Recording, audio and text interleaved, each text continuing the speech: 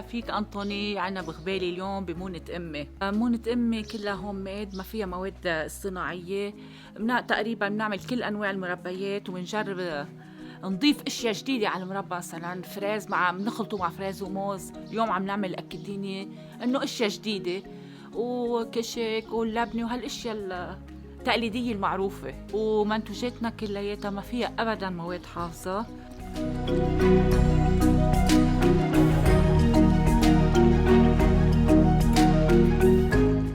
اليوم هلا عم بعمل مربى الاكاديمي. مربى الاكاديمي بينعمل بثلاث طرق، بقى عملتهم انا اليوم بالطريقه الاسهل شوي.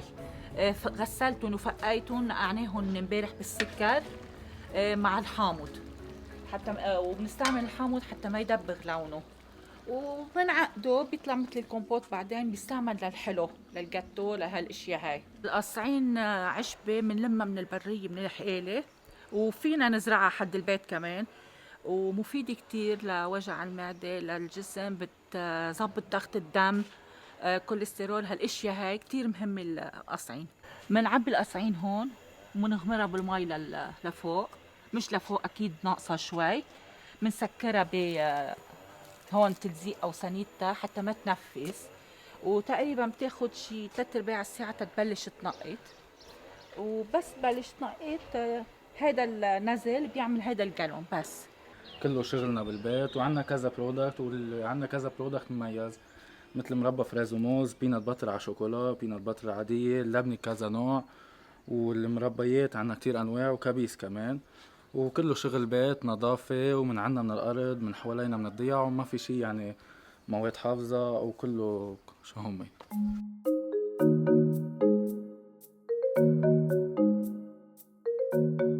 عنا اللبنة المكعزلة عادي ما فيها شي. بيرجع عنا اللبنة يلي فيها حبة البركة، بيرجع اللبنة مع زعتر، كشك أخضر، مربى الأكاديميا، لقطين، مشمش، شانكليش، زيتون، هذا مربى الخوخ، مربى الفريز.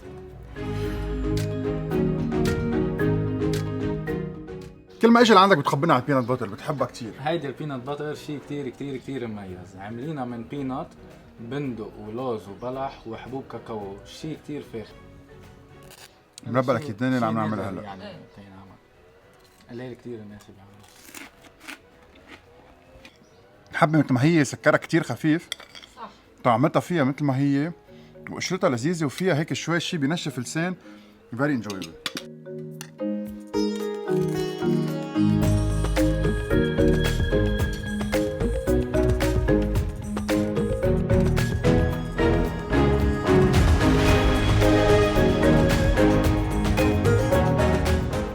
وعدتك اني ارجع بكير ورجعت. يا اهلا وسهلا فيكم مره ثانيه بغبالة. يعني نحن وعدنا فيكم ومبسوطين انكم جايين، لانه في كثير مطارح المره الماضيه ما قدرنا شفناها، رح نفرجيكم اياها هالمره. غبالة هي ضيعة بفتح كسروان. مزبوط. الاسم من وين اجا؟ هي اسمها روماني، اساسا يعني جبلة الطين، وفي منهم بيقولوا انه هي موقع الاله، يعني فيها كذا تسمية، كذا حدا بيقول شيء، بس انه هي بالنتيجة ضيعة من الضيع فتوح كسروان يلي لها اهميتها وإلها رمزيتها.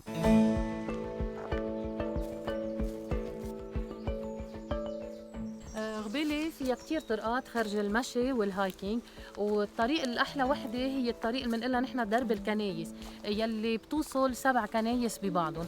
عنا تقليد سنوي نحن كل سنة بنمشيهم، وهيدي وحدة من الطرقات يلي بتوصل كنيسة مارمتانيوس بكنيسة مارشالديتا.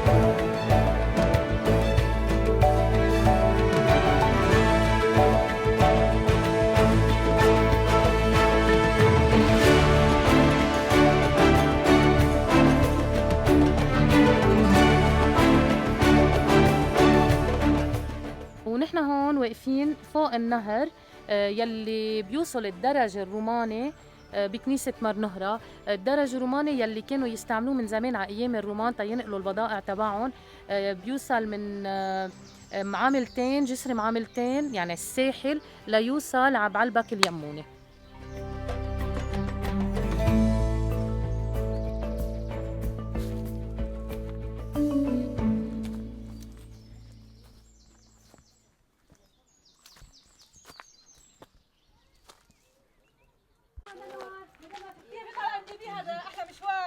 كيفك منيح؟ عظيم. أحلى مشوار.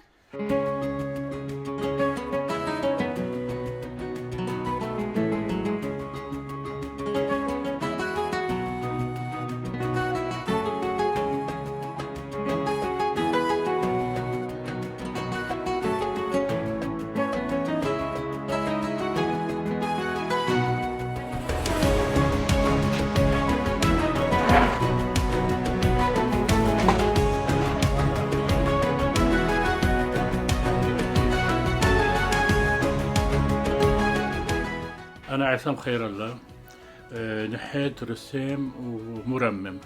أهم مواقع بيروت أنا مرممها، تمثال الشهداء، تمثال رياض صلح، الكنايس الكبيرة كلها أنا مرممها. بقى بحب هالأرض وبحب الموجودات اللي فيها. بقى اللي عم تفرجيكم إياه هلا هو اللي عم نلاقيه بأرضنا. تراب أرضنا قديش غني، لازم نحميه ونمده للمستقبل، يعني لأولاد ولادنا. شوف هلا هولي الحجار كيف بطحنهم بيصيروا بودرة، بيخلوا لتلاميذي ليعملوا منهم ألوان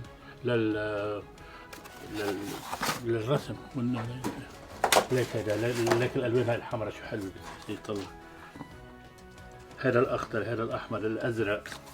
الترميم، أنا بحب الترميم، بحب حافظ على الموجودات.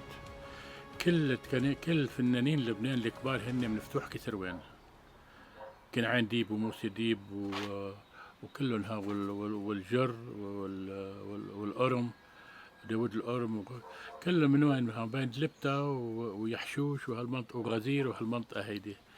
أهم لوحات عاملينها هن هم معبيين الكنايس كلها والمناطق. أنا رممت لهم، عم رمم لهم كل أعمالهم تقريبا. وين في يعني مثل كيس وباخص هوني لما اجوا الاتراك ضربوا الكنيسه وشقفوها شقفتين للوحه وفاتوا على الكنيسه، اغتصبوا الكنيسه. انا رممت اللوحه، تركت الضربات اللي عاملينها الناس لحد هلا بتشوفها بوسط بيروت. كان هيدا البنايه ببيروت البول هيك حد تمثال حد الشهداء. ايه هيدا التمثال عامله ماضي اسمه هون عادل الصغير. عادل الصغير فنان لبناني مهم، كان بأمريكا، هلا توفى من شي شهرين تقريبا. ختيار هو. هيدا كان بوسط بيروت ايام الحرب، تشقف التمثال. بعثوا لي جبته انا التمثال، كان شقف. بقى رممته وحطيته على اساس بدهم ياخذوه يحطوه مطرح ما كان بعد ما اخذوه من سنه 98. صار له 20 سنه ناطرني هون.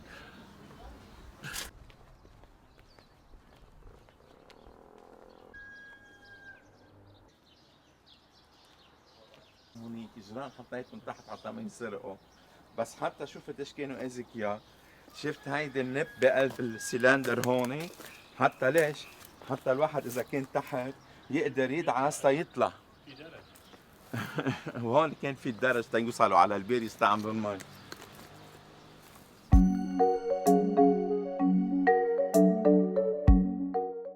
جدودنا بس اجوا لهون كانوا يصوروا ينحتوا هالصليب يلي هو الصليب الماروني المميز، ليك كيف هو مغير عن الصليب مش دغري وعليه بالريمي كله سوا.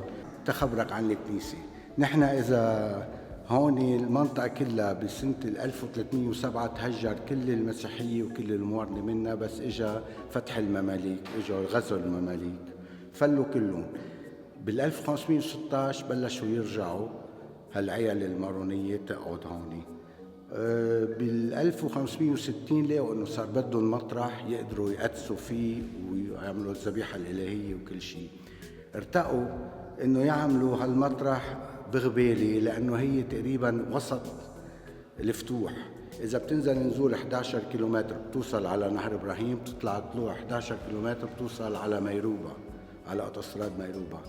هون ارتقوا إنه ينعمل هون. كان في معبد وثني قديم، عملوا فوقه هالكنيسة. كانت أول شيء من الخشب وغصون الشجر. بس كترت هالعالم سنة 1780 قرروا يكبروا الكنيسة ويعملوها من حجر، يلي هي مثل هلا. هي من سنة 1780 هالكنيسة هيدا كبرى وهيك توسعت. وكانوا يجوا عليها من 14 ضيعة، مش بس غبيلي، ما كانش في غيرها بالفتوح. يجوا من نهر إبراهيم، من إذا قلنا من تحت، ومن هون من نهر الذهب، من المشيتي، من يحشوش، كلهم يجوا يقدسوا بهالكنيسة. هيدي أول كنيسة من بعد ما رجعت الموارنة على الفتوح.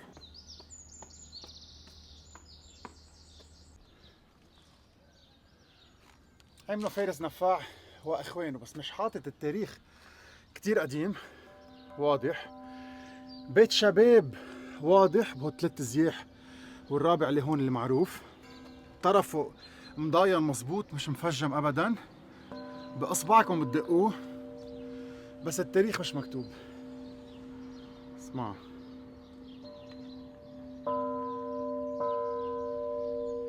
شو نضيف.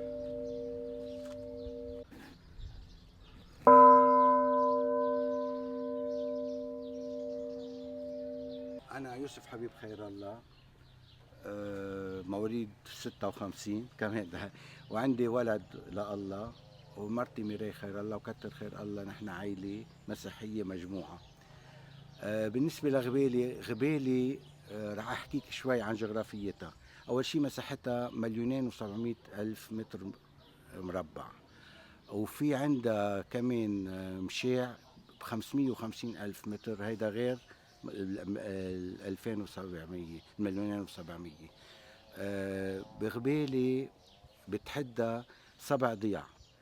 بعدين غبيلي اصلا هي كانت غبيلي ومزرعه، مش هيك قلت لك جوا هالكنيسه كانت تخدم 14 ضيعه اللي كانوا مزارع غبيلي. كمان كان حواليها في 13 ضيعه تابعين لغبيلي. هلا بس طورت الدنيا، صفى كل ضيعه عندها بلديتها وعندها صارت لحالها. بالنسبه لكنايس غبيلي فيها 7 كنايس وفيها 3 ديورة. يعني نحن بخميس الأسرار فينا نبرم بس بغبيلي نعمل واجباتنا الدينية.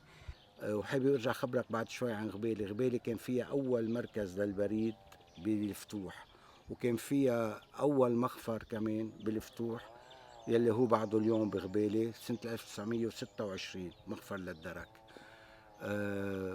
عدد سكانها لغبيلي ما قلني، يعني سكان غبيلي حوالي 3700 شخص ساكنين بغبيلي. يا أهلا وسهلا فيكم بغبيلي، وبدعي كل العالم تيجي تشوف شو فيها غبيلي، لأن فيها للسياحة الدينية. أول شيء عم بقول لكم في 7 كنايس يعني، وفي عنا مناطق كتير حلوة وكتير خرج إنه واحد يشوفها، حرام ما يشوفها. بدعي الكل يجوا عغبيلي ويشوفوا طيبة أهلها يلي هو أهم من الصخر وأهم من كل شيء. شوفوا هالطيبة اللي عند أهلها وهالاستقبال الحلو بيكون من قبلهم.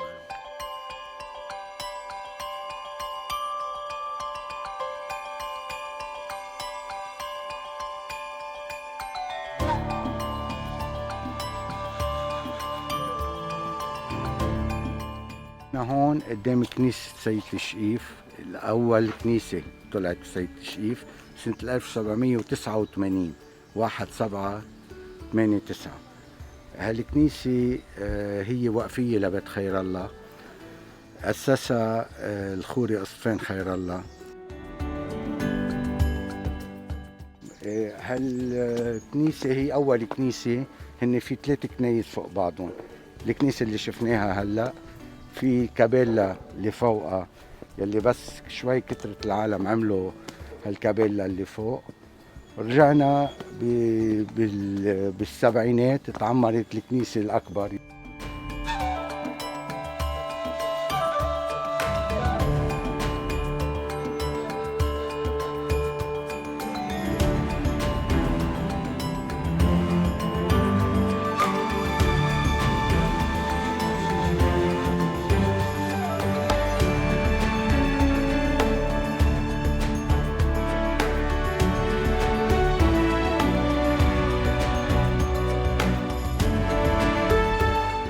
نحن هون بصالون سيد تشريف بالدير. هيدا الدير كان فيه أول مدرسة مبنية بالحجر، لأنه سنة 1812 انعملت هالمدرسة، لأنه قبل هالتاريخ هيدا كانوا يتعلموا تحت السنديانة، فقرروا بوقتها جدودنا إنه تما تكونوا هالتلاميذ بالهواء والشتاء وما بعرف شو، انه يكونوا بمطرح مبني. اول مدرسه مبنيه انعملت بالفتوح هي كانت بهالدار سنه 1812.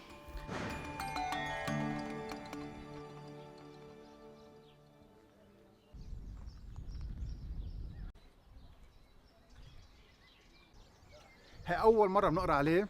اول شيء 1886 من اقدم ما شفناه لليوم، ومكتوب عليه كل التفاصيل، يعني اسم الكنيسة، وكيل الوقف، أي سنة انعملت، وبعدين في اسم اللي عمله، يمكن لأنه رممه. متأكد من الصوت بعده ذاته، من النوعية هي ذاتها، من الوقفة هي ذاتها، من رنته بعدها هي ذاتها. حاطين له تقيلة شوي لأنه يمكن شكله ما كان عم يربع. مكتوب لكن فوق سيدة اللي هو أيام وكيل الوقف اسمه ايام الخوري، واسمه اذار 1886 بس.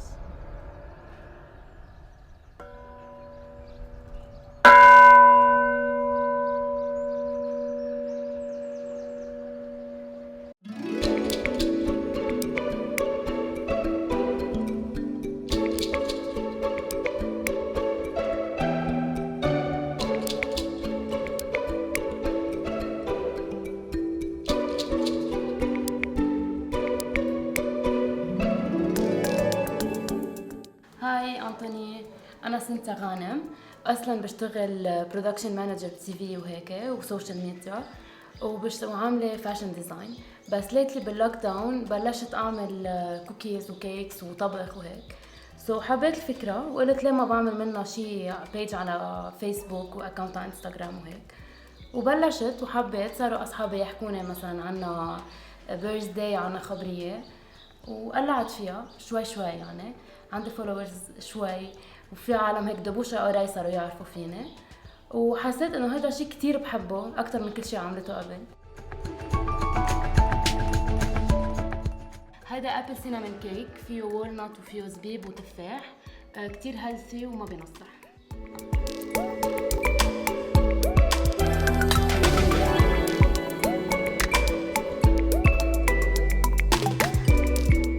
سكره كتير خفيف.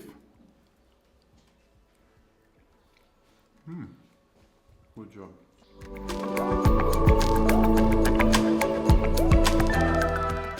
اهم شيء عم بحب كتير القرشه اللي برا يلي ما عم بتش ابدا. الباد تبعها كتير مهمه، كريم خفيفه، ما بتحسوا ابدا طعم السكر بحر اذنين. very good job.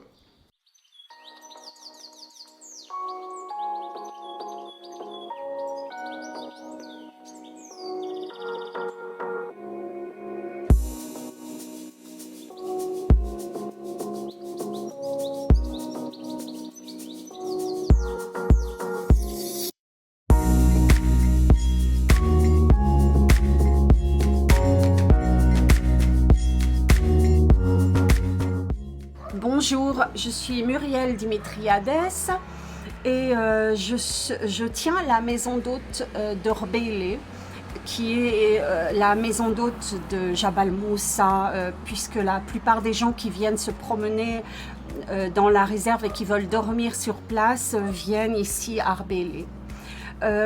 Cette maison est née d'une volonté de faire partager le goût pour la nature, pour le silence, une volonté de donner à certains une possibilité de se ressourcer un peu loin de Beyrouth.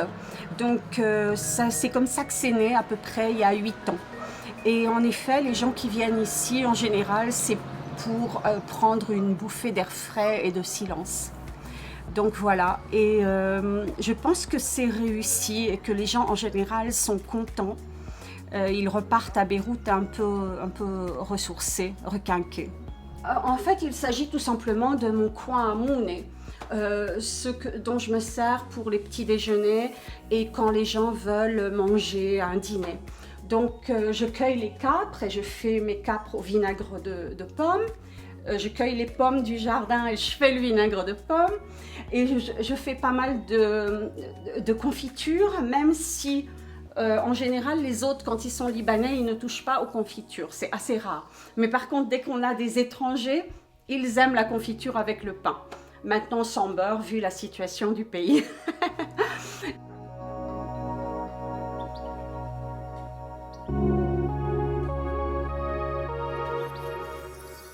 Donc, on coopère avec Rada qui, elle, a créé son petit site dans le village qui s'appelle Sentier Vert.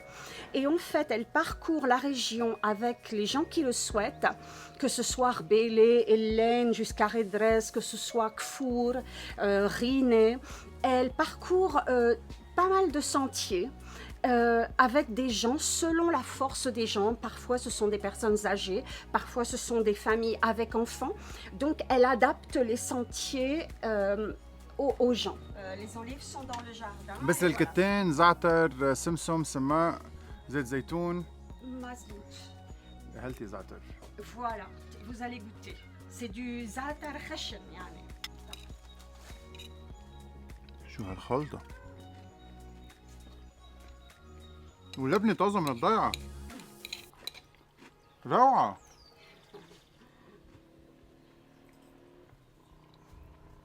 واحد بيجي لهون بينام مرتاح، صوت سيارات ما فيها عصافير، هوايات كتير حلوين، بيتعلق بأرضه، بينسى شوي المدينة، بيرجع بيعبي انرجي، بياكل أكل صحي 100% وبيقلع جديد.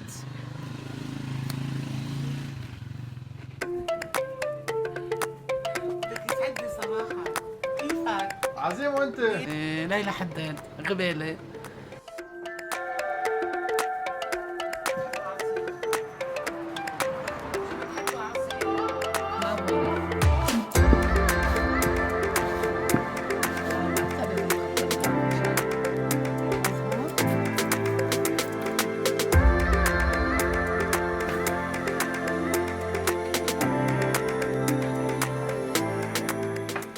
الماما بالمحل كأنه هي عم تشتغل لأولادها، يعني مثل ما كانت تعملنا المنقوشة عم تعملها هون بالمحل. قمحة كاملة وطحين ذرة وشي صحي، ومن كشكاتها بتعمل ومن زعتراتها بتعمل، يعني المونة اللي بالبيت بننزلها على المحل.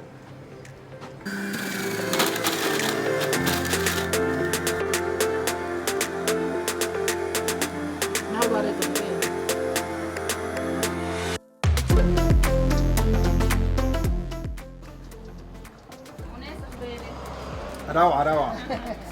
كل ما قطع من هون على الطريق بقطع عند ليلى. مش معقول عن جد قديش الفواكه فريش وقديش بتشتغل من قلبها ومنقوشتها والنظافة، يعني كيف بالبيت هون. هالمرة استحليت جزر طلع على بالي كتير. سوبر ريفريشنج. وشكلها منقوشة غير شكل. الله يقويكي وتضلها تضحك على وجهك مثل العادة.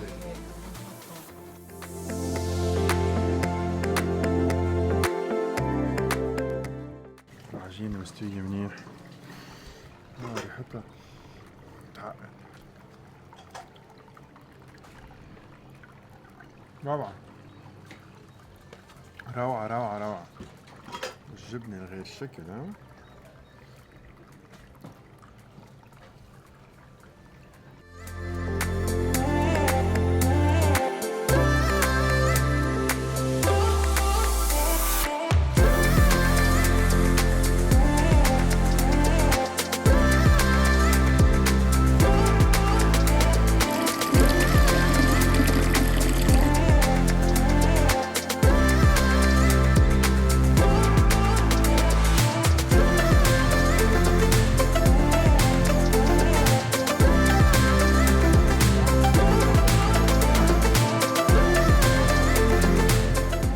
لأن وصلنا هلا على دفاع مدني هون مركز غبالي، بضم 45 شخص، في ناس وشباب، وتأسس سنة 2010، وأكيد بيساعد كل الجوار وبيخدم كل الناس وما بيقفي حدا.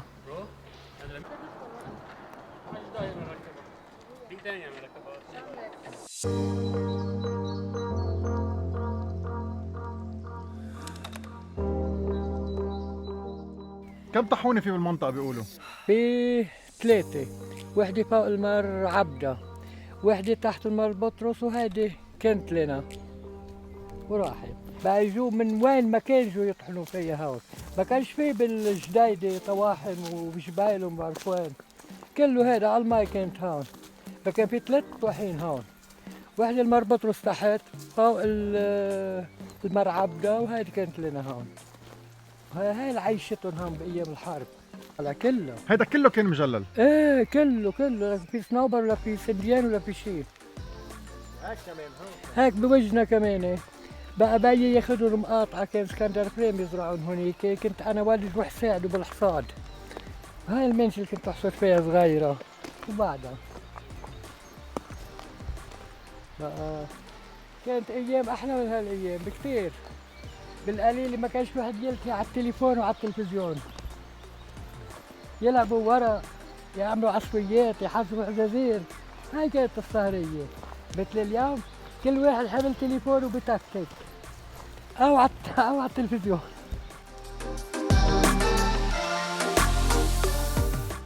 كانت المي تنزل بقلبه، ومش بقلب الطاحون اللي تحت في كمان مثل أوضة يحطوا الفراش فيها، يجي هالمي تضرب بالفراش، يبرم الفراش يبرم الحجر من فوق، يصير الحجر يطحن.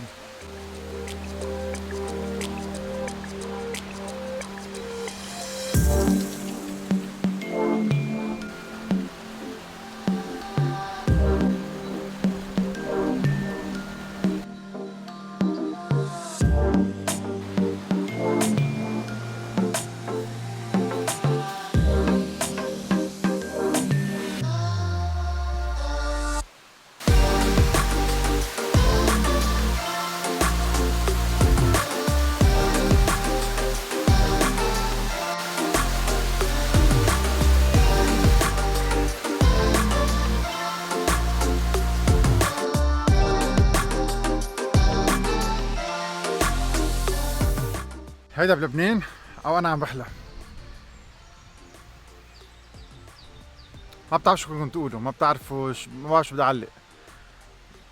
الصور بلاقيها بس بالفلومة، مغاور، احراش منسية، بيوت ما بعتقد حدا داقي فيهم، صاروا كتير زمان. مغاور بقلب المي، مي نقية نظيفة بشكل مش معقول. محل ما الانسان ما بيجي قديش حلو. واو، صوت الطبيعة وصوت المي والعصافير، فينا نقعد هون سنين. عن جد شي بيدق بالقلب. وهيدا الشي اللي بدي اذكر اولادي، هيدا الشي اللي بدي اخبر العالم كله عنه واقول لهم انا عايش باحلى بلد بالعالم وبعرف قيمته.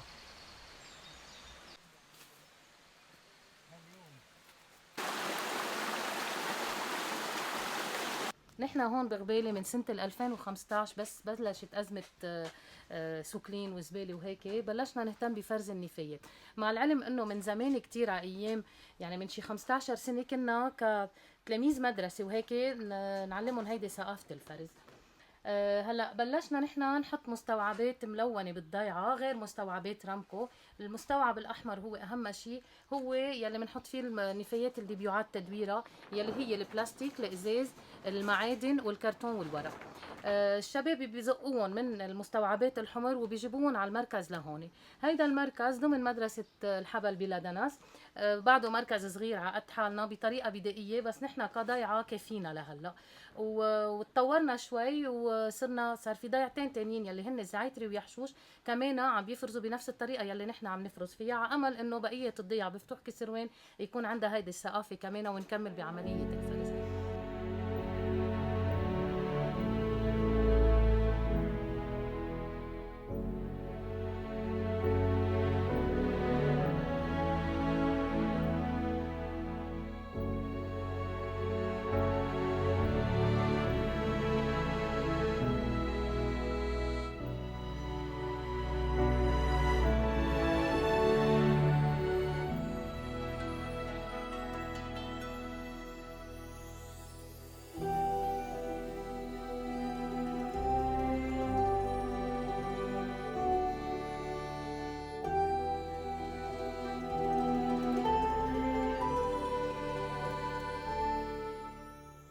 أهلا وسهلا فيكم، بداياتكم، بداياتنا، بداية الدنيا. أنا مبسوطين كتير نشوفكم ومنفرجيكم شو في حلو بغبيلة وشو نحن بنجرب نعمل حلو بغبيلة.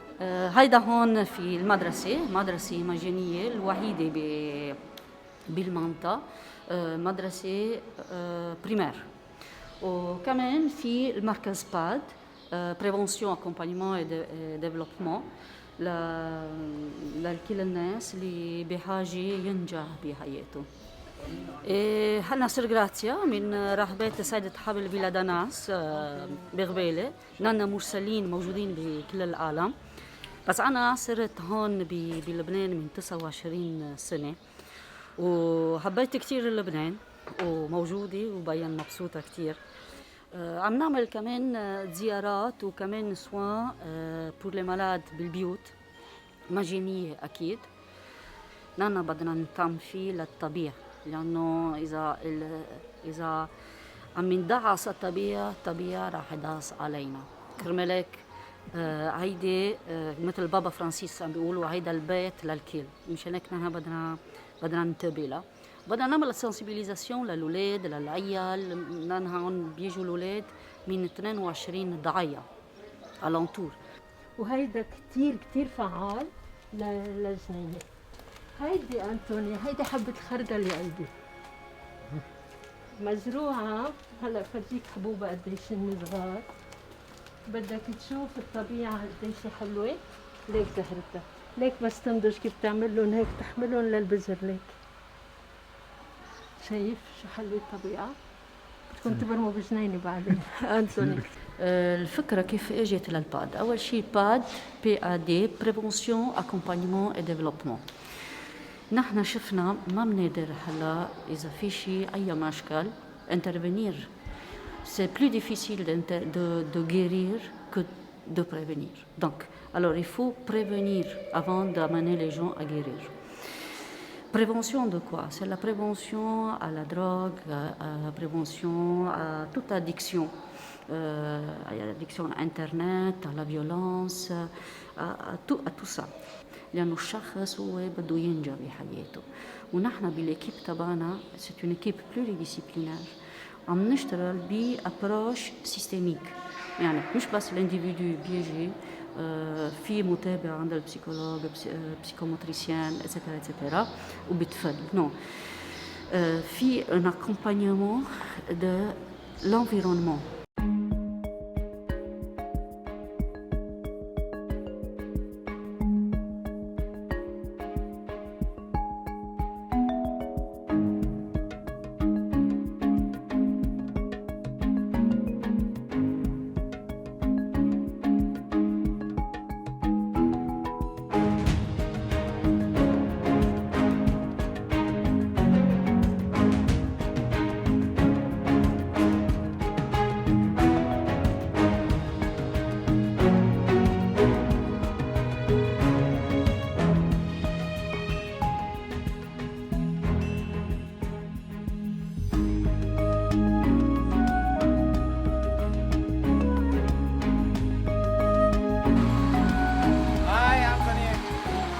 أنتوني أبو زيد من غبالة. نحن عنا الكلوب 300 مانجمنت، عنا ريستو باب وعنا الكافيه تروتوار هون وبنعمل انترتينمنتس وفستيفالز.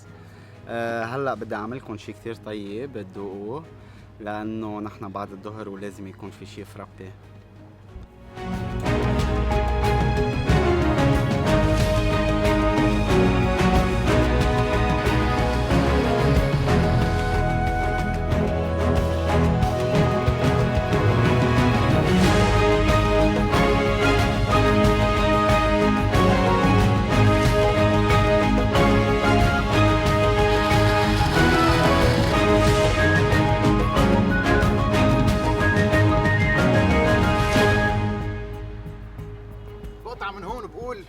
اكيد ما فيها شيء هالضيعه.